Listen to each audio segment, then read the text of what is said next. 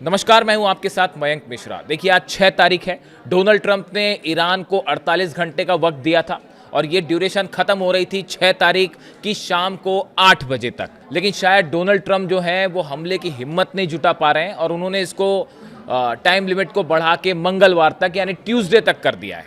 अब सवाल ये है कि डोनाल्ड ट्रंप अब आगे क्या करना चाह रहे हैं। देखिए, आज सुबह डोनाल्ड ट्रंप की तरफ से कुछ मैसेजेस आए सोशल मीडिया पर और उसमें उन्होंने एक तरफ तो ये सब कहा कि जो है हम पावर प्लांट ईरान के तबाह कर देंगे, ब्रिज उड़ा देंगे, ऐसा हमला होगा जो पहले कभी नहीं देखा जाएगा। जिस तरह की बात डोनाल्ड ट्रंप करते आए हैं उसी तरह की उन्होंने बात कही और कहा कि बस मंगलवार तक का, ट्यूसडे तक का समय है ईरान के पास, वगैरह वगैरह इस तरह की बातें की उन्होंने।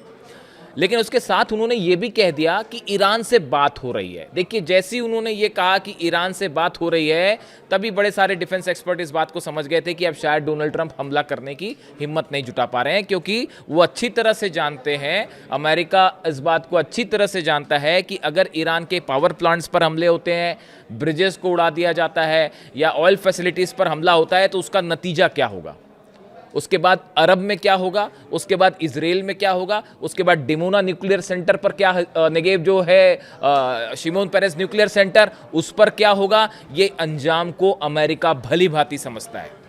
जिस देश के 15-16 बेस पूरी तरह तबाह हो गए हो, डिफेंस सिस्टम पूरी तरह से तबाह हो गया हो, उस पर अगर हमले होते हैं, ईरान पर अगर हमले किए जाएंगे और गैस स्टेशन और पावर प्लांट्स पर हमले होंगे तो उसका नतीजा क्या होगा, ये भी अमेरिका के डिफेंस एक्सपर्ट्स अच्छी तरह से समझते हैं। शायद यही वजह है कि जो बात है उसको आगे बढ़ा दी गई और फिलहाल ये कह दिया गया कि अब ट्यूसडे तक का, मंगलवार तक का समय है। लेकिन ईरान की तरफ से रिएक्शन आया है। देखिए, ईरान ने साफ कर दिया है, आपको जो हमले करने हैं आप वो करिए, उसके बाद हम जो करेंगे हम पूरे इलाके को नर्क बना देंगे। इस शब्द का प्रयोग किया है ईरान ने। इस बीच देखिए, दो बेहद अहम खबरें आई हैं जो कि हॉर्मूज से जुड़ी हुई हैं। देखिए, मामला एक बार फोकस फिर से हॉर्मूज पर हो गया है। डोनाल्ड ट्रंप ने पहले कहा कि हॉर्मूज खोलना हमारा काम नहीं है, इस तरह की उन्होंने बातें की। लेकिन वो जो पायलट वाला ऑपरेशन हुआ, अच्छा, उस पर भी मैं बात करूंगा, वो पायलट वाले ऑपरेशन को लेकर उस पर भी मैं बात करूंगा। लेकिन पहले हॉर्मूज पे बात करें। हॉर्मूज को लेकर डोनाल्ड ट्रंप ने कहा था कि अब ये खोलना हमारा काम नहीं है, हम जो है हमारे पास बहुत ऑयल है। लेकिन अब फिर से वो हॉर्मूज पर आ गए और कह रहे हैं कि हॉर्मूज खोलिए वरना हम हमला करेंगे। अब बताया ये जा रहा है, इसी बीच एक बेहद अहम खबरें हैं, दो बेहद अहम खबरें हैं। एक तो ये दावा किया जा रहा है कि चीन के 5 जहाज जो हैं वो ईरान पहुंचे हैं स्ट्रेट ऑफ हॉर्मूज होते हुए। 5 जहाज। देखिए, चीन की बात करें तो institute for the study of war ISW के रिपोर्ट के मुताबिक चीन ईरान की बैलिस्टिक मिसाइल ताकत को मजबूत करने में जुटा हुआ है।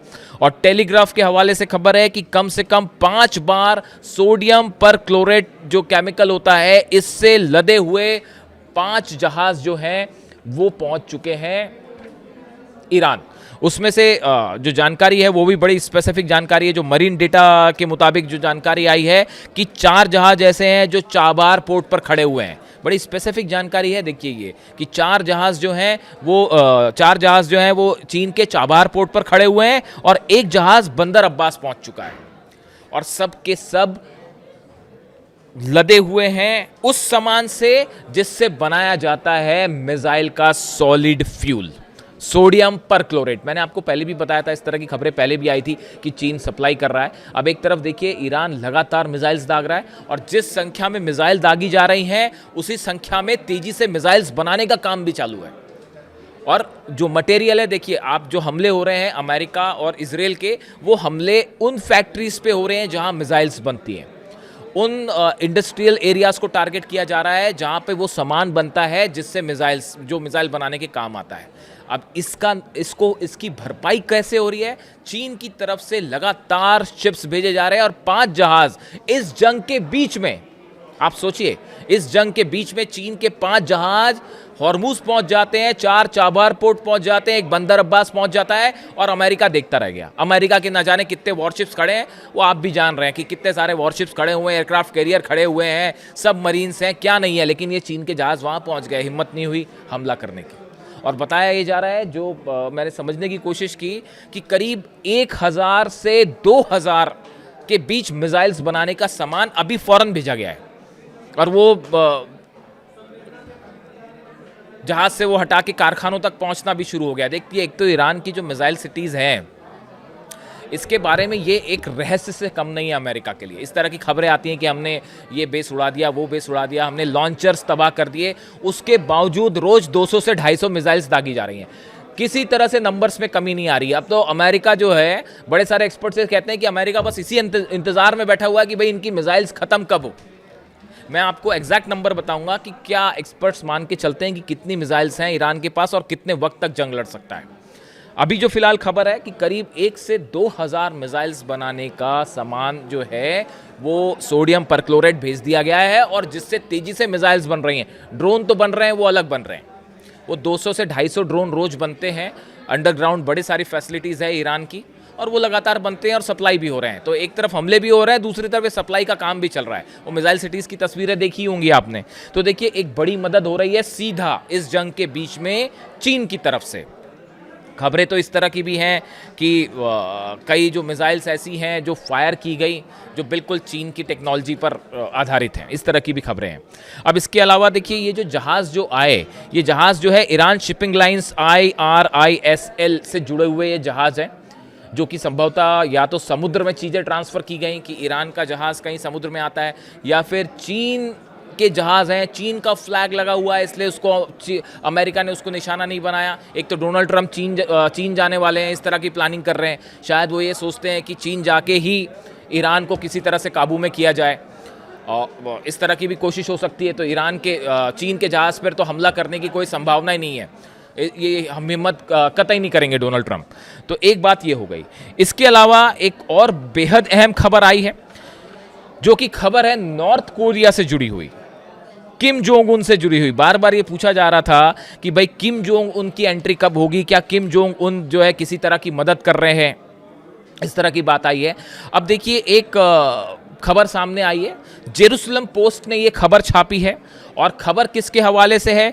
ब्रूस बेक्टल हैं, ये प्रोफेसर हैं, professor of political science in the department of security studies at Angelo State University in Texas. Texas में ये प्रोफेसर हैं।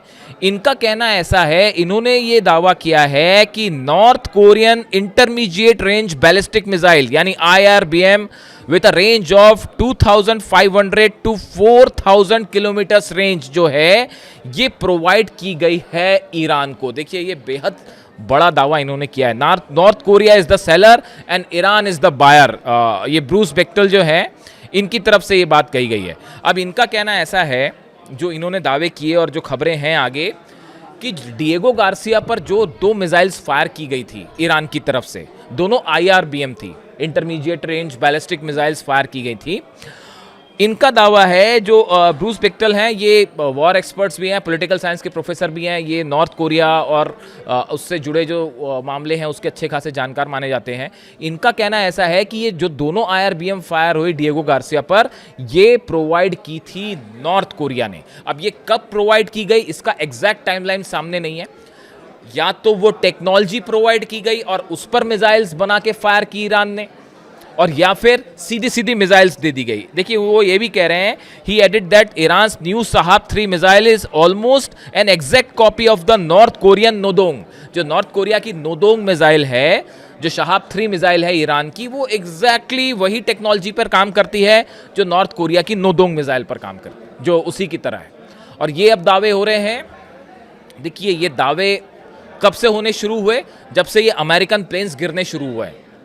लगातार जो है F-16 गिर रहे हैं, F-35 गिर गया, F-15 गिर गए, लगातार हर्मीज ड्रोन गिर रहे हैं, I-130 जो एयरक्राफ्ट कैरियर्स हैं, C-130 है, वो गिर रहे हैं, ब्लैक हॉक हेलीकॉप्टर्स गिर रहे हैं। तो अचानक ये हड़कंप मच गया पेंटागन में और अमेरिका में कि भाई ये हो क्या रहा है, ये अचानक ये प्लेन्स गिरने कैसे शुरू हो गए, और वो भी पिछले 7 से 8 दिनों के अंदर। अब जब ये लगातार जहाज़ गिरे, अमेरिका के प्लेन्स गिरने शुरू हुए, तब ये बात शुरू हुई कि भाई आखिर ऐसी क्या टेक्नोलॉजी अचानक ईरान के पास आ गई कि ये प्लेन्स गिरने शुरू हो गए। उसके लिए मैंने आपको माजिद के बारे में बात की थी कि कैसे इंफ्रारेड टेक्निक का इस्तेमाल करके, और ये भी कहा जा रहा है कि चाइना की तरफ से मदद की जा रही है और मल्टी लेयर डिफेंस सिस्टम है। इसको लेकर भी स्टडी शुरू हुई, रिसर्च शुरू हुई, और साथ ही साथ ये भी पता लगाने की कोशिश हुई कि भाई ये जो मिसाइल्स फायर हो रही हैं, ये इतनी एक्यूरेट मिसाइल्स कैसे फायर हो रही है। यूएई के इंडस्ट्रियल सेक्टर्स जो हैं वो जल रहे हैं, सऊदी अरब पर हमले हो रहे हैं, बहरीन पर हमले हो रहे हैं, और कई हमले तो इतने एग्जैक्ट थे कि जिससे पूरा अमेरिका हैरान है, दंग है। मैं एक्सपर्ट्स की बात कर रहा हूं, मैं पॉलिटिकल लीडरशिप की बात नहीं कर रहा हूं, मैं डोनाल्ड ट्रंप और जेडी वेंस और मार्को रूबियो की बात नहीं कर रहा हूं, वो तो जो है पॉलिटिकल मामला है। मैं एक्सपर्ट्स की बात कर रहा हूं, जो डिफेंस इंडस्ट्री से जुड़े अमेरिकन एक्सपर्ट हैं। मैं आपको एक दो हमले का जिक्र मैं कई बार करता हूं। देखिए, बहरीन में एक जगह हमला होता है, और ऐसी एक हमला बगदाद में हुआ, जिसमें जिस बिल्डिंग को निशाना बनाया गया, हाई राइज बिल्डिंग, उसके 17वें माले पर, 17वें मंजिल पर जो है अमेरिकन सोल्जर्स और कुछ अधिकारी रुके थे। उस पर स्ट्राइक हुई, और वो 20 मंजिल वाली बिल्डिंग में वो 17वें माले पे एग्जैक्ट स्ट्राइक होती है। इतनी सटीक स्ट्राइक ईरान ने जब करी तो अमेरिका के होश उड़ गए कि भाई ये हो क्या रहा है, इतने सटीक हमले कैसे हो रहे हैं। थार्ड तबाह हैं, पेट्रियट तबाह है। ये अरब देशों के पास जो है करीब 2200 पेट्रियट मिसाइल्स थी ये जंग शुरू होने के बाद, अब वो सिर्फ 400 बची हुई हैं। ये ईरान की तरफ से जो हमले हो रहे हैं, आपको क्या लगता है कि बस ये हमले हो रहे हैं? जी नहीं, बड़ी प्लानिंग के साथ हमले हैं। ड्रोन्स अटैक कैसे करने हैं, कौन सी मिसाइल कब फायर करनी है, एक एक चीज प्लान्ड है, और कैसे अरब देशों के या जो भी अमेरिका के डिफेंस मिसाइल्स हैं इनको कैसे खत्म किया जाए। वहां जो इजराइल में आयरन डोम है और एरो जो है, बताया जा रहा है कि वो 80% मिसाइल्स खत्म हो चुकी हैं, सिर्फ 20% बची हुई है। अरब देशों के पास 2200 पेट्रियट थे, वो सिर्फ 400 बचे हुए हैं, ये कल तक की जानकारी है। अभी बीच में और जो हमले हुए मैं बताऊंगा आपको।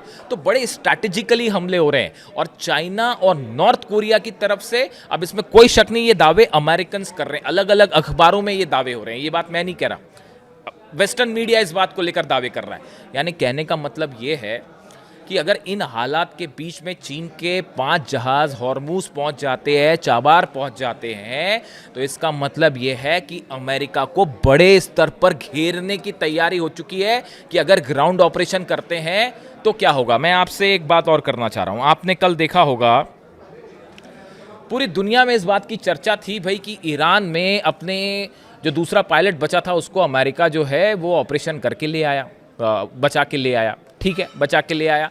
इस बात के लिए हमेशा से ट्रेनिंग दी जाती है, हर कंट्री के पास इस तरह की ट्रेनिंग होती है, और अमेरिका ने पहले भी ऐसे ऑपरेशन किए। बड़ी तारीफ हुई अमेरिका की, अमेरिका ने भाई ये कर दिया, वो कर दिया, बचा लिया। लेकिन आप इसके पीछे की कहानी सुनिए। अगर आप मेरी राय मानेंगे, अगर आप मेरी बात सुने कि मैं क्या सोचता हूँ इस ऑपरेशन के बारे में, आप ध्यान से समझिए इस बात को। एक पायलट को बचाने के लिए अमेरिका को अपने 6 प्लेन्स गंवाने पड़े हैं, जिसकी तस्वीरें सामने हैं। 2 C-130 गिर चुके हैं, डिस्ट्रॉय हो गए इस पायलट को बचाने के चक्कर में। 2 ब्लैक हॉक हेलीकॉप्टर्स गिरे हैं, 2 ड्रोन गिरे हैं, जिसमें एक हर्मीज 900 है और एक MQ-9 है। यानी कि 6 जहाज जो अमेरिका के हैं वो इस पायलट के रेस्क्यू के दौरान तबाह हो गए। अगर अमेरिका के एक पायलट को बचाने में, जो कि ईरान की धरती पर था, उसे बचाने में अगर अमेरिका के 6 प्लेन तबाह हो गए, तो आप सोचिए कि अगर अमेरिका के 1000 सोल्जर्स उतरते हैं ईरान की धरती पे और उन सबको घेर लिया गया, तो फिर वो 1000 सैनिक या 2000 या 3000 जितने अमेरिका भेजेगा, उनको कैसे बचाएगा अमेरिका, और उनको बचाने के लिए कितने जहाज लगेंगे। जरा सोचिए इस बात को। 2 पक्ष थे इस कल पायलट वाली घटना के। मैं देख रहा था, मैंने बड़े सारे मीडिया आउटलेट्स देखे, बड़े सारे एक्सपर्ट्स की बात सुनी, तो अधिकांश लोग इस तरह की बात कर रहे थे कि भाई ये बड़ा ही सफल ऑपरेशन था ईरान का। लेकिन आप डोनाल्ड ट्रंप का गुस्सा देखिए, फ्रस्ट्रेशन देखिए। 6 जहाज अगर डाउन हो जा रहे हैं अलग अलग, और वो भी उसमें C-130 हैं, ब्लैक हॉक हेलीकॉप्टर्स हैं, सब कुछ अगर गिर जा रहे हैं, और ईरान ने मार के गिरा है, इसमें कोई शक नहीं है। तो ऐसी सूरत में अगर 1000 सैनिक जब आप ग्राउंड ऑपरेशन के लिए उतारेंगे, वो फंस गए तो क्या होगा। ये मान रहे हैं बड़े सारे एक्सपर्ट्स कि ये जो कल पायलट को बचाने की कोशिश हुई, इसके बाद ये बात लगभग साफ हो चुकी है कि अमेरिका ग्राउंड ऑपरेशन नहीं करेगा, और अगर करेगा तो उसकी भयंकर कैजुअलिटी होगी। जरा आप सोचिए इस बात को, मैंने जो लॉजिक दिया आप उसको समझिए। ये बात ठीक है कि अमेरिका अंदर आया, अंदर आके उसने अपना ऑपरेशन किया और पायलट को ले गया, ठीक है, बात मान ली बात, चलिए। लेकिन उसका खामियाजा इतना बड़ा है कि आप अगर डिफेंस एक्सपर्ट से बात करें, वॉर एक्सपर्ट से बात करें, तो वो बताएंगे कि भाई ग्राउंड ऑपरेशन होगा तो फंस जाएगा अमेरिका। और इस बात को पूरी दुनिया समझती है कि जो कल हुआ कैसे ईरान जो है वो भारी पड़ता दिखाई दे गया। खैर, अभी फिलहाल ग्राउंड ऑपरेशन करेंगे नहीं करेंगे थोड़ा मुश्किल ही दिख रहा है, क्योंकि डोनाल्ड ट्रंप की आप धमकियां देखें, उसका नेचर देखिए, बम्बार्डमेंट करने वाला है, वही एयर अटैक। यानी ईरान के पास अमेरिका के पास जो है कोई पुख्ता रणनीति नहीं है। मैं एक डेमोक्रेट हैं सांसद वहाँ के, उनको सुन रहा था, वो यही बात कह रहे हैं कि डोनाल्ड ट्रंप के पास कोई प्लान ही नहीं है, कि अटैक का कोई प्लान ही नहीं है। हॉर्मुज कैसे खुलवाएंगे, कोई प्लान नहीं है। एयर स्ट्राइक्स जो हैं वो कहाँ कहाँ कब कब कितनी करनी है, कोई प्लान नहीं है। आप कह रहे हैं कि हम स्टोन एज में पहुंचा देंगे ईरान को, तो उसके लिए आप क्या करेंगे? अस्पतालों पर हमले करेंगे, यूनिवर्सिटी पर हमले करेंगे, उससे क्या होगा? ईरान हार जाएगा उससे।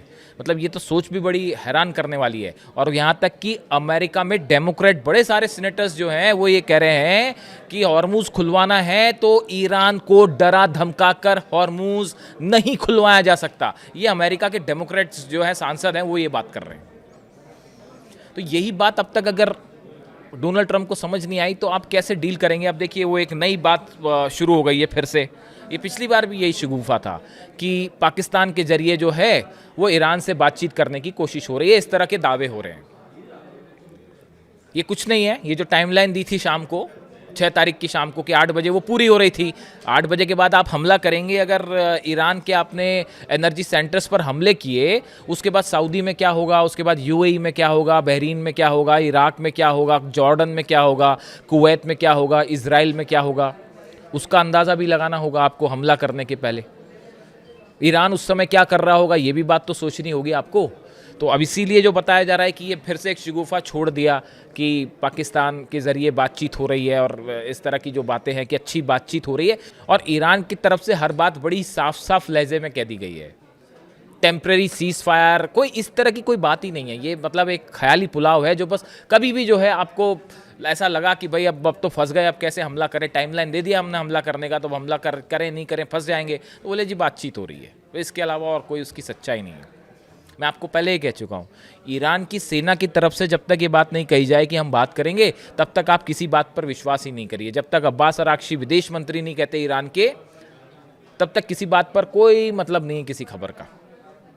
और फिलहाल हालात ये है कि चाइना की भी धमाकेदार एंट्री है, नॉर्थ कोरिया की भी धमाकेदार एंट्री है, और रूस क्या चाहता है वो भी अपने आप में एक बड़ा ज़बरदस्त दावे हो रहे हैं। जिस तरह से बुशर पर हमले हुए, उसको लेके मैं अलग से बात करूंगा। वो जो न्यूक्लियर प्लान जो है वो बताया जा रहा है कि रूस के विदेश मंत्री ने बात की है ईरान से। उसके पहले रूस ने बात की इजराइल से, नेतन्याहू से भी बात हुई है, और बताया जाता है कि चीन और रूस के विदेश मंत्रियों के भी आपस में बात हुई है। यानी सब आपस में बात कर रहे हैं और एक बड़ा प्लान तैयार है हर चीज़ को लेकर कि अगर डोनाल्ड ट्रंप बड़े हमले करते हैं तो क्या करना है। यानी अगर किसी भी तरह का बड़ा अटैक होता है तो घिर जाएंगे डोनाल्ड ट्रंप। जो भी अपडेट होगा इससे जुड़ा मैं आप तक पहुंचाऊंगा, और अगले वीडियो में कोशिश होगी कि हम इंतज़ार करेंगे डोनाल्ड ट्रंप क्या करते हैं, उससे जुड़ा जो भी अपडेट होगा आप तक पहुंचाऊंगा। Thank you so much.